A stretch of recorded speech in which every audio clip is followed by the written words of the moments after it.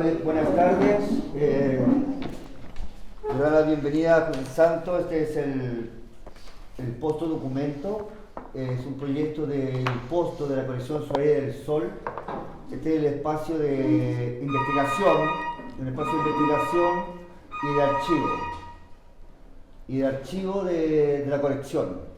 Está dividida una biblioteca pública abierta a público, y la zona acá hay un archivo de los 80 hacia adelante. Y bueno, y hoy día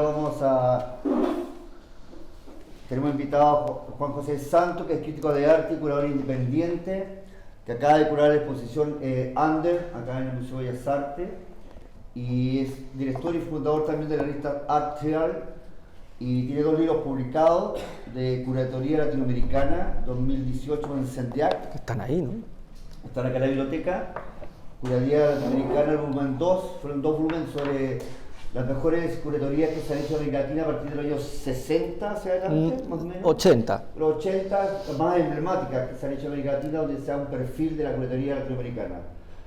Y Juan Francisco fue invitado a Chile para realizar esta curatoría del Under. Ya ha hecho varias curatorias acá también en Santiago, y también es escritor de muchas revistas de arte latinoamericano y de Europa, así que nos va a dar una pequeña conferencia sobre el trabajo de curatoría que realizó ahora en el Museo de Bellas Artes con la exposición Under. José Santos. Gracias. Bienvenido. Muchas gracias a Sergio, muchas gracias a Posto. Bueno, relajarse, que no va a ser una conferencia, va a ser una charla informal, ¿de acuerdo? Pero voy a empezar con un poco de música y un vídeo. Sé que tenía que esperar, así que no te preocupes, que el protocolo lo voy a seguir.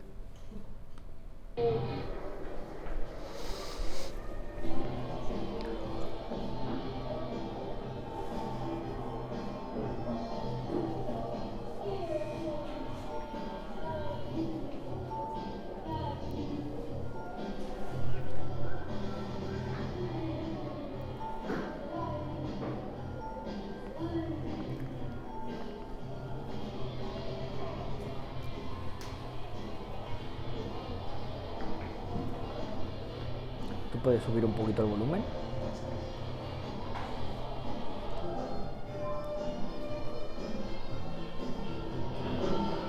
Ahí.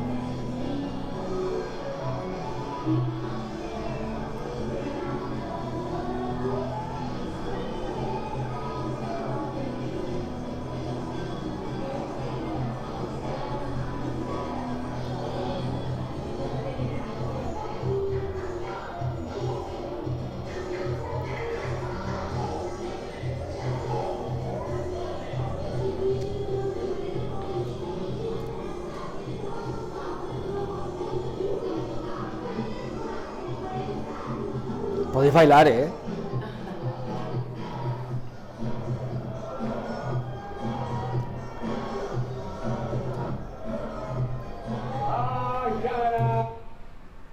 ¿Quién es este? Guillermo Machuca. Don Guillermo Machuca. Guillermo Machuca. Oh yeah. Hola a todas, a todos. Sin memoria. Gracias por venir. Bueno, estas imágenes son del Trolley, año 1986. Una fiesta, un concierto de María Sonora, y de repente aparece el amigo Guillermo Machuca. Yo estaba haciendo esta investigación de estos 2 espacios de Santiago de Chile, hoy desaparecidos, el Trolley y Matucana 19, y hace como 8 meses aproximadamente me llega este vídeo, que no conocía, de Leopoldo Correa Poblete, y viéndolo detenidamente, como he hecho en todos los vídeos que me han llegado, de repente veo la cara de Guillermo Machuca y empiezo a llorar como un niño. Guillermo Machuca fue el primero que me habló del Trolley y de Matucana 19, hace aproximadamente 10 años. Yo fui ayudante de Guillermo Machuca Universidad Diego Portales, y me emocioné. Entonces quería dedicar esta charla informal con vosotros a Guillermo Machuca y en parte también mi trabajo en esta exposición a Guillermo Machuca. Vamos a empezar. Venga, se acabaron las emociones. Me voy a poner en modo robot. Bueno, ¿cómo comienza Ander, Resistencia Cultural en el Trolley y Matucana 19? Ahí vais a ver un fanzine que podéis repartiros y echar un vistazo. Yo os voy a hablar del proceso desde el inicio del proyecto hasta la inauguración de la exposición y cómo fue la investigación curatorial, qué tipo de formatos utilizamos el equipo para trabajar y qué decisiones curatoriales tomamos. Esto comienza hace 2 años y medio aproximadamente, cuando Matías Cardone, productor de cine, está haciendo un documental sobre la obra de Vicente Ruiz, un artista que hacía performance teatro, una mezcla bastante sucia entre performance y teatro. Y de repente aparece la idea de hacer una exposición sobre Vicente Ruiz junto con otros artistas de años 80, principios de los 80. Matías Cardone ya había trabajado anteriormente en otras exposiciones de arte, como la de Mata Clark, del Museo de Bellas Artes, y Movimientos de Tierra, junto con José Delano, que era museógrafo. Se juntaron los tres, Vicente, Matías y José Delano, y dijeron, venga ya, vamos a hacer una exposición. Tenemos algo de material a través de Vicente Ruiz, que está interesante, podemos hacer algo. Y empezaron a pensar en un curador que pudiera hacer el trabajo de investigación, la curaduría, ¿no? Y dijeron, vamos a intentar que no sea alguien que esté metido de lleno en la movida Trolley y Matucana. ¿Por qué? Querían evitar lo que pasa aquí habitualmente, que es que hay muchos amiguismos y muchos enemiguismos, ¿no? Entonces pensaron en alguien de fuera, que no tuviera ese problema de voy a apoyar a este, voy a desfavorecer a este, y que fuera un poquito más imparcial. Pero también necesitaban a alguien que entendiera un poco el contexto, que ya hubiera trabajado a lo mejor en los 80, y apareció mi nombre, porque yo había trabajado ya en ensayos que había escrito sobre Paz Errázuriz, Eugenio Dittborn, Las yeguas del Apocalipsis, y me ofrecieron la curaduría de esta exposición. Obviamente, cuando me dijeron por primera vez si me interesaba, pues a mí se me cayeron los pantalones y dije, haced lo que queráis de mí, ¿no? Obviamente sí, lo voy a hacer. Quería leeros un fragmento de un texto que publiqué hace aproximadamente 7 u 8 años, y luego os cuento por qué os voy a leer este fragmento. Lo publiqué en un medio de España que se llama ADESC, y se titula Residuos americanos, la revuelta del arte chileno de los 80. Un Chile bajo dictadura, sobre las libertades, entre la censura y a través de la crisis económica. Los 80 pasaron por el país como un cóndor hambriento, un asedio supuestamente aseado. Pinochet instauró la operación limpieza y corte. Muerte, tortura, cárcel para los sospechosos, despidos en universidades, quema de libros, censura, blanqueado de muros y cortes de pelo callejero a siniestro, practicados por los militares, reconvertidos en peluqueros. Así la definía el general Gustavo Leigh, abro comillas. La labor del gobierno consiste en extirpar el cáncer marxista que amenaza la vida orgánica de la nación, aplicando medidas extremas hasta las últimas consecuencias. Cierro comillas. La asesoría cultural de la Junta de Gobierno explicaba su misión así, abro comillas. Extirpar de raíz y para siempre los focos de infección que se desarrollaron y puedan desarrollarse sobre el cuerpo moral de nuestra patria, cierro comillas. Pero algo escapó al jabón y al rasurado. Varias obras de arte que partieron del margen, hablaron del margen y se difundieron al margen. Ahí paso a citar algunas de estas obras, como obras del CADA, de Juan Castillo, de Diamel Altit, Luz Donoso.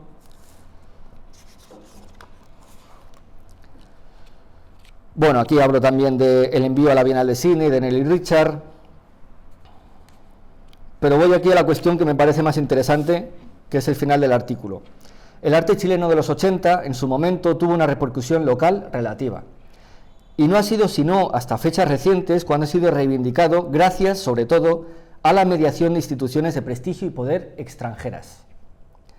Es decir, las fotografías que regalaba Elías Adasme en su acción correspondían a su obra A Chile, en las que aparecía con un mapa de Chile sobre su columna vertebral, son ahora compradas por el Museo Reina Sofía. La acción de dibujar cruces sobre el pavimento, repetida en diversas ocasiones por Lotte Rosenfeld, fue llevada a Documenta de Kassel y de manera retocada a la Bienal de Venecia. Las aeropostales de Eugenio Dittborn descansan en las bodegas de la Tate y del MoMA. La rupturista literatura del hasta ahora maldito Juan Luis Martínez también ha sido adquirida por el MoMA, cuyo Consejo Latinoamericano analiza la posibilidad de adquirir, además, algunos de sus poéticos objetos, así como obras de Pedro Millar, entre otros. Las fotografías de prostitutas, locos, travestis y boxeadores de Paz Errázuriz fueron premiadas en el Festival de Foto España y compradas por la Tate Gallery. Museo que también adquirió la fotografía de las dos Fridas de las yeguas del Apocalipsis. Mención aparte a los artistas chilenos exiliados en Nueva York, quienes exponían más fuera que dentro de su país de origen. Por ejemplo, en el año 81 expusieron en el MoMA Alfredo Yar, con su opus Andante Desperato, y Juan Downey con su The Looking Glass, también Cecilia Vicuña. El investigador Di Marco Carrasco resume cómo el imaginario marginal se ha convertido en institucional a través de la academización. Abro comillas. Diamel Altit tiene todo su archivo personal, hasta los tickets de autobús, en la Universidad de Stanford. ¿Desde qué perspectiva leemos ahora acciones que hizo, como el beso del vagabundo? En el caso de Cada, la pelea por la propiedad de su archivo es significativa. A la adquisición anunciada por el Museo Reina Sofía de piezas únicas y que fue replicada por el Museo Nacional de Bellas Artes de Chile, se le sumó además la donación de otra parte del archivo al Museo de la Memoria y los Derechos Humanos. Repito lo de únicas. Otras obras están en propiedad del MoMA, como la acción Hay Sudamérica, del 81. Hoy todos quieren un pedazo de Cada. ¿Dónde quedaron sus residuos americanos? Hago referencia a la obra que mostraron en el 83 en el Washington Project for the Arts, un cajón de ropa de segunda mano, proveniente de Estados Unidos, que fue devuelto a su país de origen. ¿Cuántas manos han pasado por esa ropa? ¿Desde qué margen? ¿Obras de revuelta o de devuelta? La idea de este artículo es como efectivamente lo que se consideraba el arte al margen o el arte marginal, recordamos el famoso libro de Nelly Richard, ha sido cooptado por la institución y sobre todo por la institución extranjera. ¿Por qué traigo a colación este artículo? ¿Por qué he recordado ahora este artículo cuando he estado pensando en qué contar en esta charla? Bueno, yo soy extranjero, soy español, y es el Museo Nacional de Bellas Artes el que ahora está hablando de under, ¿no? Del arte underground, contracultura, del trolley de Matucana 19. Obviamente todos los protagonistas que hicieron cosas en trolley y en Matucana 19 jamás imaginaron que iban a acabar en la institución o en la academia o en manos de un curador extranjero como yo. Así que bueno, primero pido perdón, es lo que hay. Pero lo que os quiero contar también con esto es que, obviamente, soy consciente de desde dónde he trabajado, desde dónde hemos proyectado esta investigación y en dónde. Y somos conscientes de los problemas, las fricciones, los conflictos que esto genera. Aún así, no dimos marcha atrás. Aún así dijimos, vamos adelante.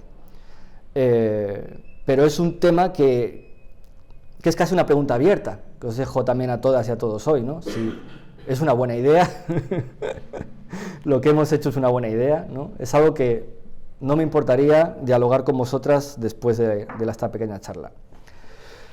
Bueno, en Under comenzamos hace 2 años y medio, en medio de la pandemia, maravilloso momento para hacer una investigación, y obviamente casi todo el trabajo fue por Zoom.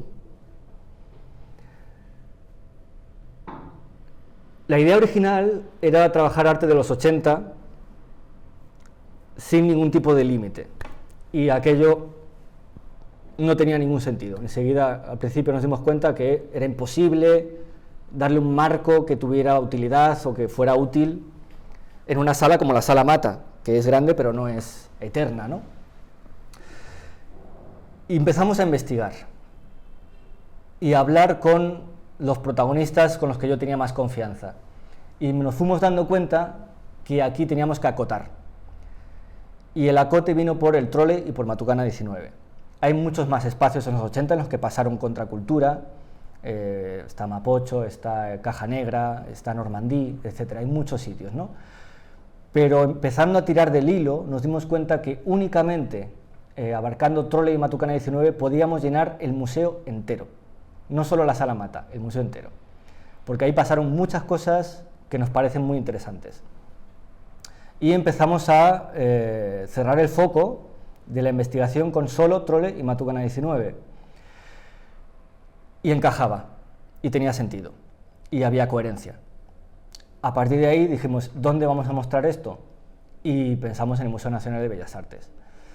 Ofrecimos el proyecto con un PDF que os voy a enseñar a continuación. Esto debería enseñarlo, a lo mejor no debería enseñarlo. Sí, ¿no? Claro, porque sois malvados vosotros. Os da igual mi prestigio o mi imprestigio. Bueno, nos basamos en muchas exposiciones que habíamos visto, Matías, Cardone, José Delano o yo, en otros museos, pero sobre épocas parecidas. Yo había visto varias exposiciones sobre la movida española. En el MACBA hubo una en el 2016, que estaba muy bien. José Delano también había visto exposiciones en Berlín, que hablaban de la contracultura de Alemania, y empezamos a hacer una especie de tormenta de ideas para ver cómo podemos llevar una manera un poco más emotiva, sensorial, menos académica, menos enciclopédica al Museo de Bellas Artes. Y a partir de ahí comenzamos a lanzar ideas, y una de ellas fue esta, la torre de control. Una especie de cabaña que estaba basada en las radios pirata y que podría servir para hacer actividades paralelas, entrevistas, performance, que actualizaran lo que pasó en los 80. Nuestra idea no era tampoco dejar esto como una exposición de archivo. Queríamos también encontrar un vínculo entre lo que pasó y lo que está pasando ahora. Y por ahí la idea de la torre de control, ¿no? Y este fue el primer plano que hicimos. Bueno, el primer plano fue hecho a mano y fue una cosa horrible, horrorosa, ¿no? No voy a mostrar eso. ¿Queréis que lo muestre? No, que no queréis. Claro que sí, ¿no? Sois unos cabrones. No, no lo voy a mostrar. Pero este sería como el primer plano con un poco de sentido de lo que queríamos tratar. Vais a ver aquí ideas bastante locas, que no tenían ningún sentido, como por ejemplo meter la estrellada de las yeguas, que no tiene nada que ver con Trole y Matucana 19. Pinochet Boys, que tampoco actuaron nunca en Trole y Matucana 19. Es decir, que aquí había todavía un trabajo por hacer, pero esta fue la primera tentativa de ese plano que mostramos al Museo Nacional de Bellas Artes. Y aquí vemos también como una idea del recorrido. Queríamos también atomizar la idea del recorrido de la narrativa tradicional de que uno entra por la puerta, se va a la derecha, hace un circulito y se va. No, nosotros queríamos que uno pudiera entrar por la izquierda, pudiera entrar por esta área, luego irse a otra, y que no hubiera un hilo narrativo tan coherente, ¿no? ¿Por qué? Porque es lo que pasaba en Troya, en Matucana 19. Ahí no llegaba y decían, ahora empieza el cine, ahora empieza la música, ahora un mural. No, estaba todo mezclado. Y de repente, por ejemplo, una banda actuaba en una obra de teatro y mientras unos artistas hacían el mural. Y todo pasaba a la vez. Entonces no podemos hacer una muestra con ese tipo de lógica, ¿no? Y bueno, estas ideas de mostrar archivos originales y sobre todo de hacer recreaciones. Nuestra forma de entrar a las que considerábamos obras más importantes de Trole y Matucana 19 no era de nuevo a través de vitrina. De hecho, esa idea la descartamos desde el inicio. Teníamos muy claro que no queríamos convertir esta expo en una expo de vitrina. sino hacer recreaciones, para que el espectador tuviera una entrada un poco más sensorial, más emotiva, más estética, si queréis, y pudiera ser un poquito también más abierta a no especialistas, ¿no? Y que pudiera venir alguien, incluso un adolescente, y que le pudiera atraer algo de lo que está en la sala. Esa es la idea de las recreaciones, ¿no? Papeles, murales y mapas, objetos, reproducciones, y esto era todo. Esto era todo. Milagrosamente el museo nos dijo que sí, aunque sé que hubo una pelea interna dura, lo sé. No voy a dar detalles. Y aquí ya nos ponemos a trabajar de cara a la lotería del Fondart. Entonces nos pusimos porque no había forma de presupuestar esto. El museo no podía presupuestar esto. Lanzamos el Fondart, lo ganamos. Bueno, antes de eso yo hice una lectura de los pozos del café, que es algo que hago mucho. Entonces me tomo un café y miro luego los pozos para ver el futuro. Y salía que ganaba el Fondart. También es verdad que he tirado Fondart si salía que ganaba y luego no gané. Entonces, bueno, lo de los pozos no es infalible. Y nada, ese día celebramos con champán, nos hemos ganado el Fondart, pero igualmente no nos daba el presupuesto para hacerlo, porque habíamos planteado algo muy loco. Y lo que hicimos fue, lo que hizo en este caso Matías Cardón, el productor de la exposición, que es un crack absoluto, fue postular a la Ley de Donaciones Culturales y lo ganamos. Entonces doblamos el presupuesto de Fondart y ahí sí pudimos hacer esta exposición, si no habría sido imposible. ¿Debería contar estas cosas, Sergio? ¿Sí? ¿Os está interesando esta...? ¿Sí? ¿Qué rollo, no? Bueno. Pero claro, ahí viene la felicidad y después de la felicidad la resaca, que es ahora hay que trabajar. Y no solo hay que trabajar para hacer algo digno, sino que tenemos la responsabilidad de que estamos trabajando un equipo de gente que no vivió esa época y vamos a mostrársela a la gente que vivió esa época. Y eso nos hacía tener mucho miedo. Obviamente la solución era, tenemos que no solo contar con ellos y escucharlos, sino incorporar sus voces a la exposición. Y esa fue la idea básica. Así que la vida durante, o por lo menos nuestra vida durante el 21 y 22 fue Zoom. Todo el día Zoom, todo el día. Con todos los artistas, yo creo que hablamos como alrededor de 200 personas durante 1 año y medio aproximadamente. Porque claro, está el problema de las fuentes, ¿no? Estamos hablando de un periodo poco estudiado, un periodo en el que hay muy pocos libros que hablan de él, muy pocas tesis. Yo tenía como una especie de biblioteca con tesis doctorales, con libros que habían publicado protagonistas de la época, como por ejemplo el de Pinochet Boys, el punk chileno de Jorge Canales, Dada de Leonardo Aller, pero eran libros escritos en primera persona cuyo testimonio no era 100% fiable. Entonces había que contrastar todo eso para ver si era verdad o no era verdad. Os pongo un ejemplo. En el caso de Leonardo Aller, de su libro Dada, él dice que la primera performance de las yeguas del Apocalipsis fue Tiananmen, en Matucana 19, y no fue la primera performance de las yeguas del Apocalipsis. Entonces hay que poner en sospecha incluso las fuentes escritas, ¿no? Mucho más las fuentes orales. Nosotros hablamos con un artista y me dice, bueno, yo hice esto y tal. ¿Qué? Y luego lo contrastas y dices, él no hizo eso. Entonces, el trabajo es duro, el trabajo de certificar los hechos, ¿no? Y en esta exposición tenemos que certificar hechos. Así que el trabajo y la pega fue bastante tremenda. Aparte de esta lectura de libros, fue a través de entrevistas directas a los protagonistas. Todas las entrevistas por Zoom han sido archivadas. Ya hemos puesto la fecha, la persona, obviamente, quién conduce la entrevista, y tenemos un archivo ingente de esas entrevistas que también pueden ser material de investigación. Entonces, queremos ver qué hacemos con eso porque nos gustaría ponerlo a disposición de si hay algún investigador interesado o no, etcétera, ¿no? Nos pusimos a trabajar con un sistema que no sé si lo conocéis, que se llama Trello. ¿Alguien lo conoce? Vale, el Trello es como un sitio web que te permite hacer un trabajo en línea colectivo. Entonces pueden entrar varias personas y empezar a añadir información, datos, fotos, material, y eso se va acumulando en carpetas. Y pensamos que era la forma más eficaz de trabajar en equipo. Yo empecé a trabajar como el investigador jefe, por decir así, pero tenía 3 asesores curatoriales, que teníamos plata. Un asesor curatorial era Vicente Ruiz, que era el que me asesoraba en artes visuales y performance, teatro. Otro era Miguel Conejeros, ex Pinochet Boys, Parkinson, que era quien me asesoraba en música. Y otra era Francisca Valdebenito, que era quien me asesoraba en revistas, cómics, poesía, etcétera, etcétera.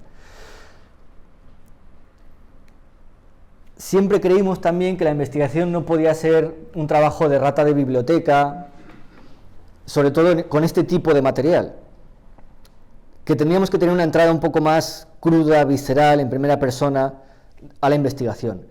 Y por ahí la idea de contar con Vicente Ruiz y con Miguel Conejeros, porque ellos vivieron esta época. Obviamente ellos no son investigadores profesionales, y ahí tienen límites, pero a la hora de darnos una atmósfera, un espíritu, una sensación, no tienen precio. Y por eso les quisimos en el equipo. En el caso de Francisca es joven y ella nos ayudó en la investigación más como una investigadora profesional que como una protagonista de la época, ¿no? Ahí empezamos a ver todas las obras que existían, o por lo menos las que llegaron a nuestros oídos y que estaban disponibles para la muestra. Trabajamos en el Trello, que íbamos acumulando, me ha aparecido un casete aquí, ha aparecido un bajo acá, y todo eso se iba agregando al Trello. Posteriormente, esa información se pasa a un Excel, que es el que estáis viendo en pantalla. Aquí veis, por ejemplo, pues el cinturón, la muñequera, la chaqueta de Van Dijk, y bueno, pues ahí al final llegamos a una cifra de cientos y de cientos de obras de arte posibles para la exposición. A partir de aquí viene el trabajo quizás más duro, que es hacer la selección y priorizar. Tuve varias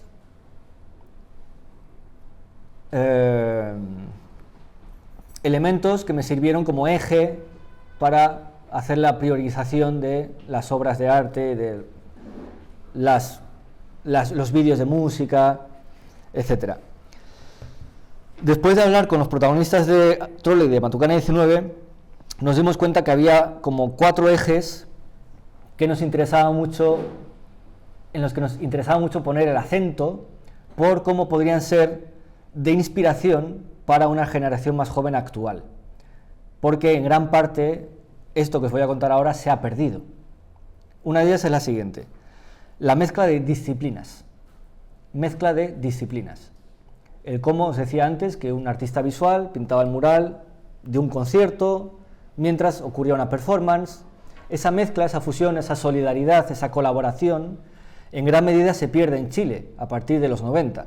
Lo sabéis mejor que yo, ¿no? Y quizás gran causante de todo eso sea el fondart, ¿no? La fondarización del arte, puede ser. Bueno, hay varias causas, esa es una. Entonces queríamos mostrar esto de una manera visual en la exposición, esta mezcla de disciplinas. La segunda característica es que en una época con mucha censura había 0 autocensura. Y ahora pasa lo contrario. En una época sin censura tenemos mucha autocensura.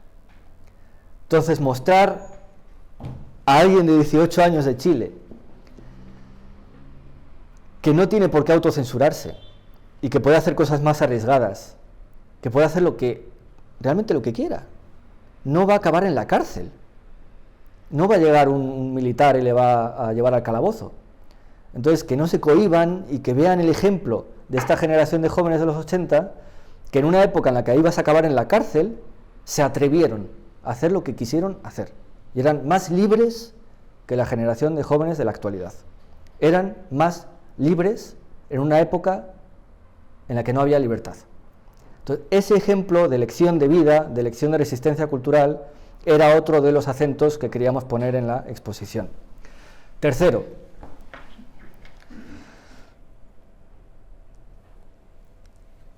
el trabajo con materiales precarios y desde la precariedad absoluta y sin un ánimo de lucro. Es que, de hecho, quizás Pablo Lavín, que está aquí presente, nos lo puede contar mejor que nadie. Pero es que no os pasaba ni por la cabeza la idea de ganar dinero, ¿no? No, po. Entonces... No existía. Exacto, no había la posibilidad, ni siquiera se os pasaba por la cabeza. No había tampoco, no había fondos. No había. ¿Está bien? Y como sabéis también mejor que yo, ahora es lo contrario. Un artista está ya desde la universidad pensando en cómo va a sacar beneficio económico de su trabajo. Entonces, tampoco lo quiero criticar, es lo que está pasando. Tampoco es que yo quiera poner mi postura de esto está bien, esto está mal. Es lo que hay, ¿no? Y la cuarta es el miedo. Que esta generación de jóvenes en dictadura también hicieron todo eso sin miedo. También en parte porque ellos nacieron con dictadura, o sea, no conocían la democracia. Entonces, ¿miedo a qué? Si no conocían que había otra cosa, ¿no? Entonces, esos cuatro ejes queríamos que se visibilizaran a través de las obras en la exposición y que fueran una inspiración para una generación de jóvenes que en teoría ha despertado, ¿no? Entonces, bueno, ¿estáis seguros? A lo mejor no del todo, ¿no? Entonces, por ahí va la idea, ¿no? También, obviamente, una vez que tenemos ya, no sé, ¿estoy bien de tiempo? ¿Cómo voy? Voy bien, ¿no? Una vez que tenemos ya estas 200, más de 250 obras de arte, vídeos, audios, etcétera, etcétera, también tenemos que saber manejar el material que tenemos. Es decir, voy a hacer un paralelo con el fútbol, lo siento, yo soy forofo de fútbol. Si tú eres el entrenador del Real Madrid, no puedes jugar con 5 defensas y no puedes poner a Benzema de defensa, ¿de acuerdo? Entonces tienes que saber qué material tienes para jugar con él. Entonces, si tú tienes este material, tienes que saber trabajar con lo que tienes. No puedes intentar forzarlo para contar un relato que no tiene lógica, no tiene coherencia. Entonces también hay que ser conscientes de qué es lo que tengo, ¿no? Y a partir de ahí el trabajo de selección, que fue una pesadilla absoluta, y que nos llevó a esta exposición, ¿no? Obviamente damos con muchísimo archivo, documento, afiche, que tiene más significado que otro, ¿no? Alguno nos parece que dice más que otro. Este es uno de ellos, es uno de estos hallazgos que sentíamos que con muy poco decía mucho. Ese es un recorte que se adjuntaba a la invitación de la obra de teatro de Ramón Grifero, 99 La Morgue, que era una obra de teatro muy política, muy aguerrida, y Ramón hizo este recorte que yo creo que no hace falta decir mucho más. Visualiza muy claramente en qué contexto aparece esta obra, ¿no? Y en qué contexto estamos hablando en ese Chile. Entonces, este trabajo, que es de un tamaño pequeñito, lo hemos puesto al lado de la entrada. Nada más entrar, si entras por la derecha, ves esto. Yo creo que te pone en contexto rápidamente, ¿no? ¿Qué más os voy a enseñar? Bueno, tenemos ya todos la selección de obras. Yo estoy sin dormir un mes, con pesadillas, luego aparece Machuca, me pongo a llorar, bueno, en fin, un drama. Y ahí es cuando empieza la simulación en 3D, la proyección en 3D en sala de todas estas obras, ¿no? Y de cómo hacerlo, cómo presentarlo.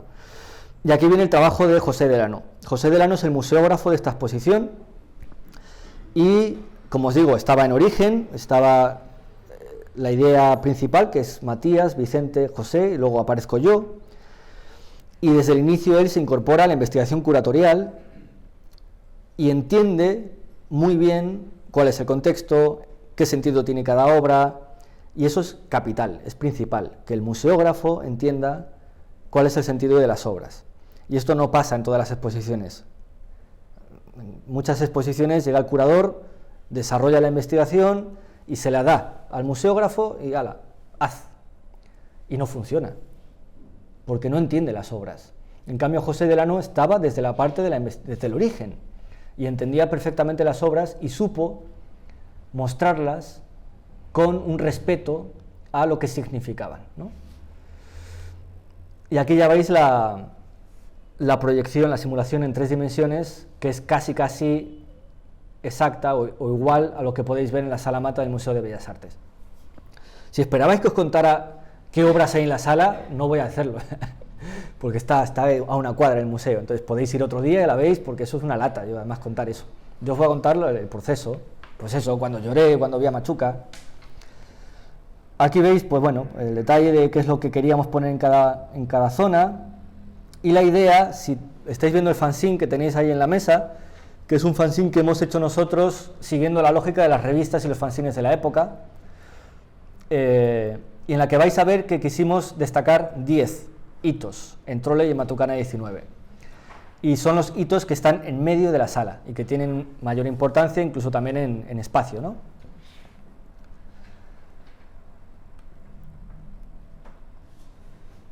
Lo que hemos querido, o lo que quiso José Delano, fue a través de los elementos más icónicos de cada uno de esos hitos, visualizar la obra entera.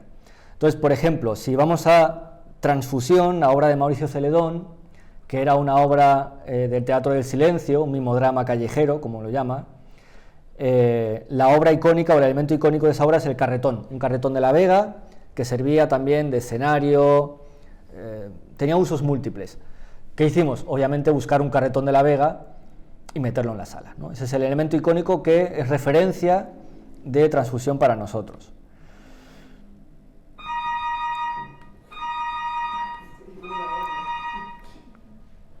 Bueno, aquí veis, elementos más técnicos que me imagino que son un aburrimiento. En el caso de 3000 mujeres, un evento feminista que duró 3 días, en el que ocurrió de todo. Hubo una olla común, lectura poética, música, exposición de artes visuales. Uno de los elementos icónicos fue un andamio de construcción que se consiguió una de las mujeres para que sirviera de escenografía, ¿no? Para 3000 mujeres. Entonces conseguimos un andamio y es el que también nos ayuda a soportar o a ser la superficie de muestra de las fotografías, afiches que tenemos de 3000 mujeres. En el caso de Víctor Hugo Codocedo, que hizo una instalación muy compleja, Eclipse 2, lo que hicimos fue intentar recrear parcialmente esta instalación a través de lo más icónico, que es esa bandera de Chile con Nosferatu proyectado, el póster que pone el faraón tiene cara de nuevo, y Víctor Hugo Codocedo metió un caballo vivo en Matucana 19. Fernando Pérez, el director del museo, no nos dejó meter un caballo vivo, aunque lo intentamos, y lo que hicimos fue irnos al campo y poner un croma detrás de un caballo y grabar un caballo vivo y poner la proyección de la sombra del caballo en la sala, ¿no? Esa fue la solución a la que llegamos, que al parecer es el momento más selfie de la exposición. Cinema Utopia, la obra de Ramón Grifero, que era también muy complejo porque es una especie de metanarrativa en la que introduce una escena dentro de la escena o un público dentro de una sala de teatro, ¿no?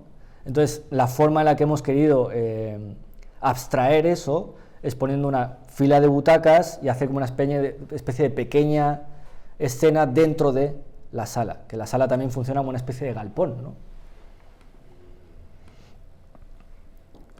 Yo creo que os estoy aburriendo mucho y voy a parar, porque si no...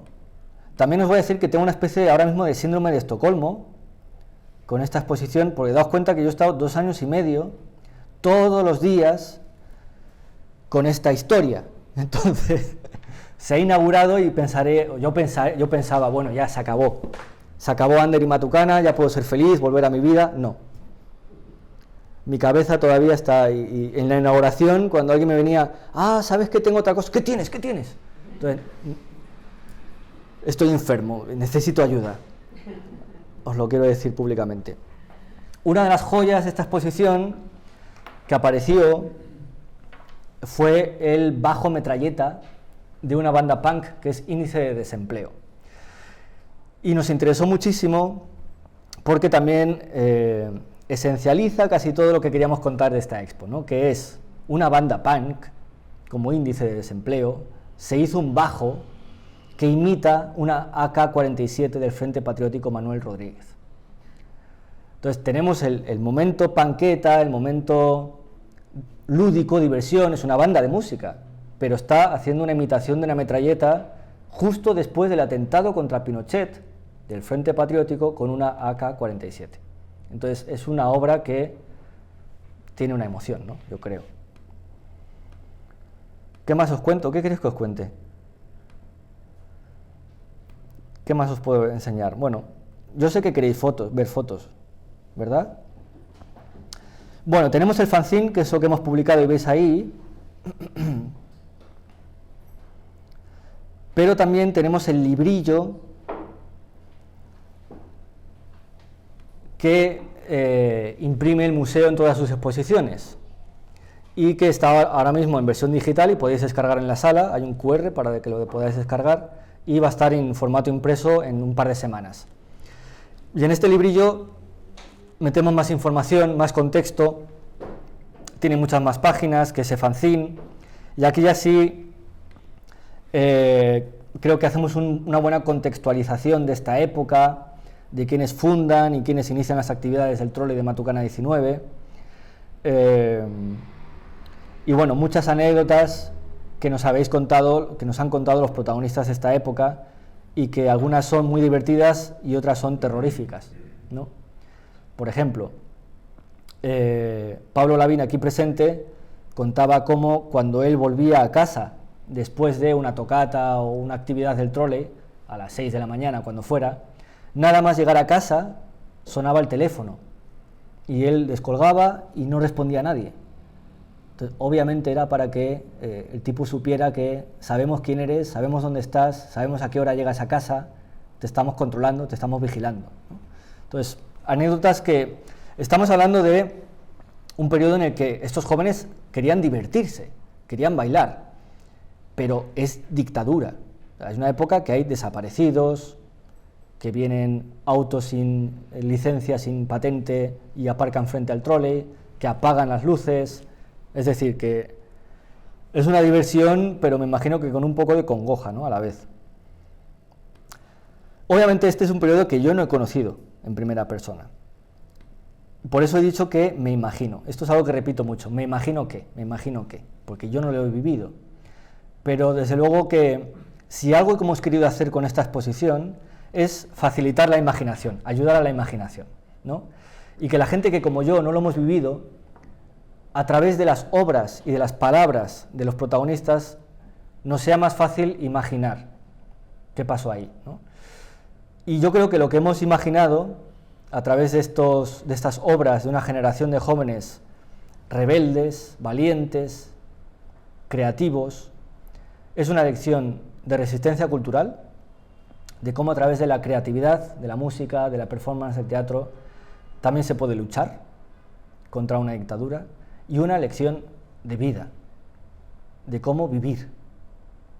Entonces yo creo que esas son las grandes lecciones que nos deja todos los protagonistas que bailaron, vivieron, aguantaron y se rebelaron desde el Trole y Matucana 19. Gracias. ¿Qué